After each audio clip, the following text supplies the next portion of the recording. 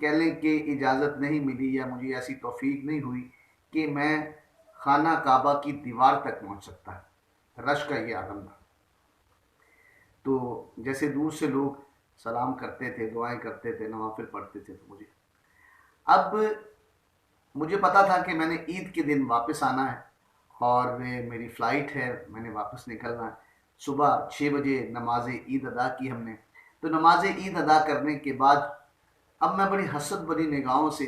خانہ کعبہ کو دیکھتا ہوں اور الوداعی سلام کرتے ہوئے اس منزل سے جو اوپر ٹاپ فلور ہے، سیڑھیوں سے لفٹ کے ذریعے جو راستہ تھا اس کے ذریعے نیچے اترنا شروع ہوا۔ تو آپ اس وقت میں نے آخری ایک جو وہاں عمرہ کیا، یعنی ٹاپ فلور پر میں نے وہ جو 7 چکر لگائے۔ تو اس دوران پھر ویٹ کرتے ہوئے اور عید کا دن آپ یوں سمجھ لیں کہ 6 بجے سے کوئی 9 سے 10 بجے کا ٹائم ہو گیا۔ ان 9-10 بجے کے ٹائم تک نیچے صحن میں جب نظر ہم ڈالتے تھے تو صحن حد نظر تک لوگوں سے بھرا ہوا تھا۔ تو مجھے یوں لگا کہ شاید میری حاضری اتنی ہی تھی، لیکن میں جو آج آپ کو بات بتانا چاہ رہا ہوں وہ یہ ہے کہ میں اس حاضری سے پہلے روزانہ جو منظر اپنے ذہن میں دیکھا کرتا تھا کہ میں غلاف کعبہ کو پکڑ کے اللہ کے حضور اپنی دعائیں اور اپنے شکر کی ادائیگی کے جملے بول رہا ہوں اور حتیم میں نوافل پڑھ رہا ہوں، لیکن رش کی وجہ سے پاس جانا ممکن ہی نہیں تھا۔ تو دوستو، میں نے الوداعی سلام چھت سے کیا، تو اور اس کے بعد جب نیچے صفا مروہ کے لیے جب میں آنے لگا تو آپ یقین جانیے میرے دل سے ایک بات نکلی۔ میں نے اپنے رب سے کہا، مولا میں تو کرتا رہا غلاف کعبہ کو چومنے، حجر اسود کو چومنے اور حتیم میں نوافل پڑھنے کی، اور یہ سب کچھ یہاں آنے کے باوجود بھی یہاں سے میں ویسے واپس لوٹ جاؤں۔ دوستو، میں ایک منظر آج آپ کے ساتھ شیئر کرنے لگا ہوں۔ وہ منظر کیا ہے کہ یہ کتاب جب آپ پڑھیں گے تو اس کتاب میں بہت ساری چیزیں آپ کو ملیں گی اور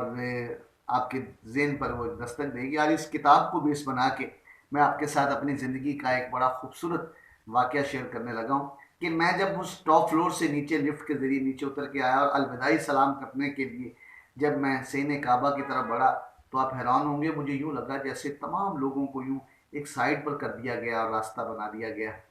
میں نے جب دیکھا تو خانہ کعبہ کے گرد کم و بیش 200-250 لوگ تھے، اور یہ منظر جب مجھے بالکل راستہ کلیئر نظر آیا، مجھے یوں لگا جیسے میرے رب کائنات نے مجھے کہا، آ کے سینے سے اس خانہ کعبہ کی دیوار کے ساتھ لگ جا اور جو کہنا چاہتا ہے وہ کہہ لے۔ میں نے پھر جی بھر کے اپنی محبت کا، اپنی عاجزی کا وہ اظہار کیا۔ تو یہ ایک ایسا سفر تھا میری زندگی کا۔ میں نے بہت سارے لوگوں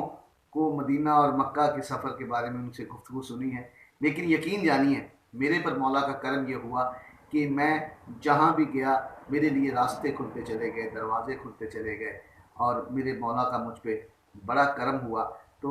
یہ باتیں میں بڑے کم لوگوں سے میں نے آج تک شیئر کی ہیں۔ آج میرا جی چاہا کہ اپنے پیار کرنے والوں سے، آج پھر جب میں نے اپنے گھر میں بکس دیکھی تو میری یہ سامنے میری جب بک آ گئی تو مجھے یہ منظر یاد آ گیا۔ تو میں نے چاہا کہ اس کتاب کا ذکر اور اپنے اس واقعے کا ذکر آپ کے ساتھ کروں۔ تو ان ساری گفتگو کو چند جملوں میں سمیٹنے لگا ہوں کہ انسان جو سوچتا ہے اللہ اس کی زندگی میں ایسے اسباب پیدا کر دیتا ہے کہ وہ سوچ والی زندگی اس کی زندگی میں آ جاتی ہے۔ تو دوستو، میری بہت ساری ویڈیوز میں میں سوچ کو بڑا نقطہ بنا کر بات کو آگے بڑھاتا ہوں، تو پھر میں آپ سے کہنے لگا ہوں کہ آپ اپنی زندگی میں ایسی سوچ بنائیے جو آپ چاہتے ہیں۔ تو میں اس سفر کی خواہش کرتا تھا، اس بک کو میں نے پڑھا، اس بک کو پڑھنے سے میری وہ خواہش اور زیادہ آگے بڑھنے لگی۔ اللہ نے مجھے اس گھر میں حاضری کا موقع دیا، یہ اس کا کرم ہے، اور وہ جو مناظر میں نے وہاں جانے سے پہلے دیکھ رکھے تھے وہ تب سب کچھ میری زندگی میں آ گیا۔ تو آج کے ایک چھوٹے سے پیغام کے ذریعے میری آپ سے گزارش ہے کہ اپنی سوچوں کو اس طرف لے کے جائیے جو آپ کی زندگی میں جو آپ چاہتے ہیں، اور اس میں آپ کی رہنمائی میں کچھ اس انداز سے، یہ میرا ویڈیو کلپ بھی آپ کی ہیلپ کرے گا، اور یہ میری طرف سے کہتے ہیں کہ کتاب بہترین دوست ہے، یہ میرے ایک دوست نے مجھے گفٹ کی تھی، تو میرے استاد بھی ہیں، میرے دوست بھی ہیں، اور انہوں نے مجھے یہ گفٹ کی تھی، میں نے یہ کتاب پڑھی، آج تک میرے پاس یہ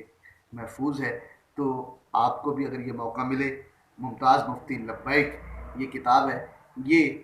بہت پیارا سفر نامہ ہے، اور اس سے آپ کو ان کی زندگی کا تو پتہ چلے گا ہی کہ کیسے انہوں نے وہ حج کا وہ سعادت حاصل کی، لیکن اس سے آپ کے اندر ایک امنگ پیدا ہوگی، اور وہ امنگ پھر اسباب بن جائے گی، اور وہ اسباب آپ کو اس منزل کی طرف